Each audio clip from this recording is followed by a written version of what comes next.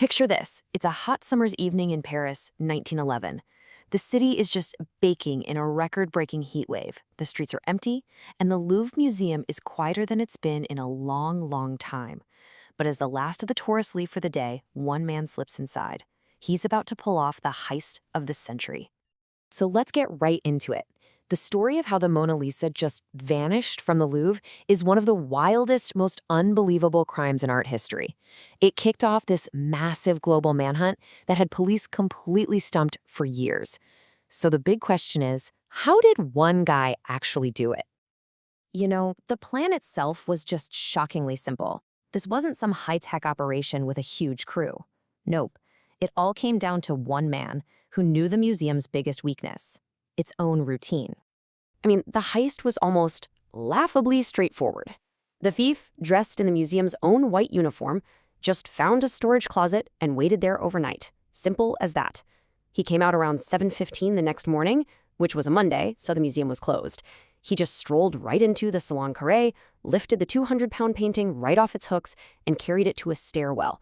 Then he just popped it out of its frame, wrapped it in a white sheet, and headed for the door. But get this. This is the best part. He gets to the final exit door, and it's locked. He's stuck. But just then, out of nowhere, a Louvre plumber shows up. The plumber sees this guy in a uniform, figures he's just another employee who needs a hand, and helps him open the door.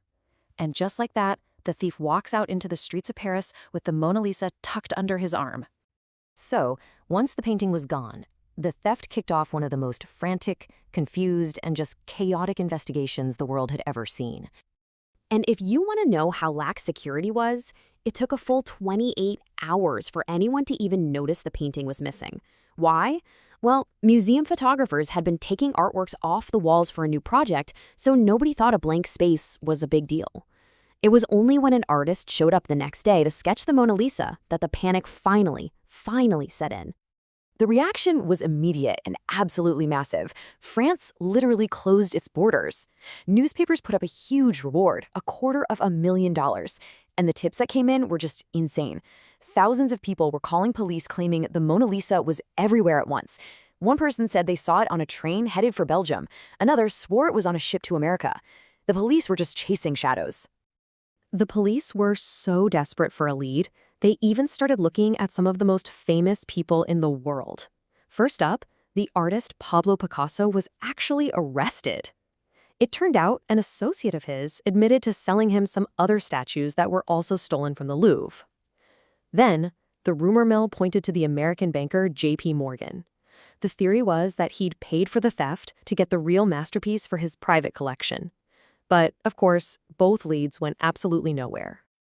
So, for 2 long years, the location of the world's most famous painting was a complete mystery. But as it turns out, it hadn't gone very far at all. In fact, it was sitting in an apartment just 2 miles away from the Louvre the whole time. The thief's name was Vincenzo Peruggia. He was a 29-year-old Italian handyman, and here's the kicker: he used to work at the Louvre. And that inside knowledge was the key to him hiding in plain sight. He knew the museum's layout, the schedule, everything. He had even built the Mona Lisa's protective glass case himself, which is how he knew exactly how to take it apart so easily. He hid the painting in a trunk with a false bottom. And, you're not going to believe this, the one fingerprint he left behind was from his left hand, but the police only had his right hand prints on file. They even went to his apartment twice during the investigation and came up with nothing. So what finally tripped him up? Good old-fashioned impatience. After 2 whole years, Peruggia got tired of waiting. He wrote a letter to an art dealer in Florence, the city where Da Vinci painted the masterpiece. He said he had the Mona Lisa and he wanted to return it to its rightful home, Italy. The dealer, probably in shock, agreed to meet, confirmed it was the real deal, and immediately called the police. And his punishment for pulling off the greatest art heist in history? Peruggia spent just 7 months in prison. Yeah, that's it. A lot of people in Italy actually saw him as a patriot, so the court went surprisingly easy on him. But hold on, the story doesn't end there. Years later, an article came out that suggested Peruggia's simple crime wasn't so simple after all. It hinted that he was part of a much bigger, much more profitable scheme. This is where the whole story gets a fascinating twist. This new theory changes everything, and it really makes you wonder, what if Perugia wasn't the mastermind? What if he was just a pawn in a much bigger game? According to this article, the real brain behind the operation was a man named Eduardo de Valfierno, a total expert in art forgery, and his plan was way more ambitious than just stealing one little painting. So here's how this conspiracy supposedly worked. Step 1. Valfierno hires a brilliant forger to paint 6 perfect copies of the Mona Lisa. Step 2. He hires our guy, Perugia, to steal the real one.